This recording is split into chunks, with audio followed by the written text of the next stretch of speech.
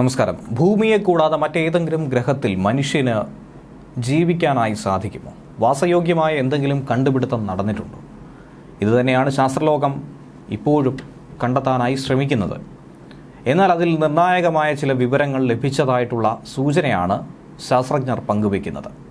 മറ്റൊരു ഗ്രഹത്തിലും ഭൂമിയിലല്ലാതെ സൗരയൂഥത്തിൽ മറ്റെങ്ങും മനുഷ്യവാസമായ ഒരു മേഖലയുമില്ല എന്നുള്ളതാണ് നിലവിലെ കണ്ടുപിടുത്തം. ഇന്നേ വരെ മനുഷ്യൻ്റെ സാന്നിധ്യമോ മറ്റ് ജീവജാലങ്ങളുടെ സാന്നിധ്യമോ കണ്ടെത്താൻ കഴിഞ്ഞിട്ടില്ല. പക്ഷേ പലയിടങ്ങളിലും ചെറിയ തോതിലെങ്കിലും ജലാംശമോ അല്ലെങ്കിൽ മറ്റ് ബാക്ടീരിയകളോ ഒക്കെ തന്നെ ഉള്ളതായുള്ള പഠനങ്ങൾ പുറത്തു വരുന്നുണ്ട്.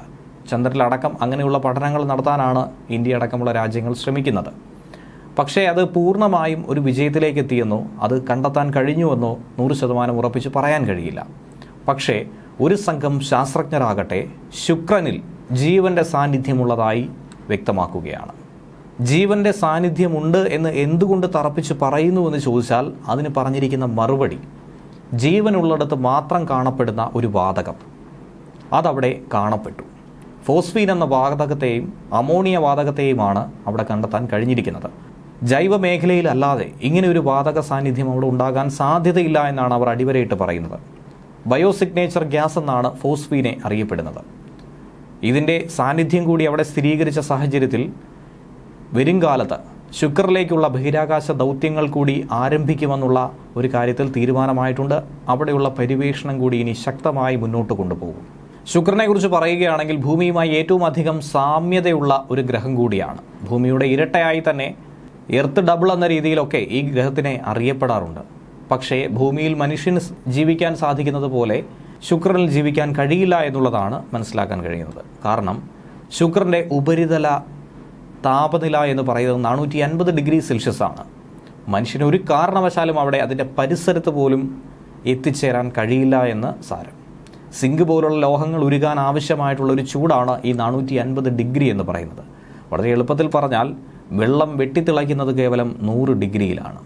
ശുക്രൻ്റെ അന്തരീക്ഷത്തിൽ 96% വരുന്ന വാതകം ഏത് എന്ന് ചോദിച്ചാൽ കാർബൺ ഡൈ ഓക്സൈഡ് തന്നെയാണ്. ഏകദേശം ഒരു 3.5% നൈട്രജനും അതിൽ ഉൾപ്പെടുന്നുണ്ട്. പിന്നീടുള്ളത് കാർബൺ മോണോക്സൈഡും സൾഫർ ഡയോക്സൈഡും ജലബാഷ്പവും ആർഗണും ഹീലിയവും ഒക്കെ തന്നെയാണ്. ഇതൊക്കെ ചെറിയ അളവിലാണ് കാണപ്പെടുന്നത്. ഓക്സിജൻ്റെ സാമീപ്യമേ ഇല്ല എന്നുള്ളതാണ് മനുഷ്യരാശിക്ക് വെല്ലുവിളി ഉയർത്തുന്നത്. എന്നാൽ ശുക്രനിൽ അമോണിയയുടെ സാന്നിധ്യം കൂടി കണ്ടെത്തിയതാണ് റിപ്പോർട്ടുകൾ അനുസരിച്ച് വലിയ പ്രചോദനമായി മാറുന്നത്. നൈട്രജൻ പരിവർത്തനം ചെയ്യുന്ന ബാക്ടീരിയകളാണ് സാധാരണഗതിയിൽ അമോണിയ സൃഷ്ടിക്കുന്നത്, ഉൽപ്പാദിപ്പിക്കുന്നത്. അപ്പോൾ അങ്ങനെ ബാക്ടീരിയകളുടെ സാന്നിധ്യം ശുക്രനിലുണ്ടോ എന്നുള്ള ചോദ്യമാണ് ഇവിടെ അവശേഷിക്കുന്നത്.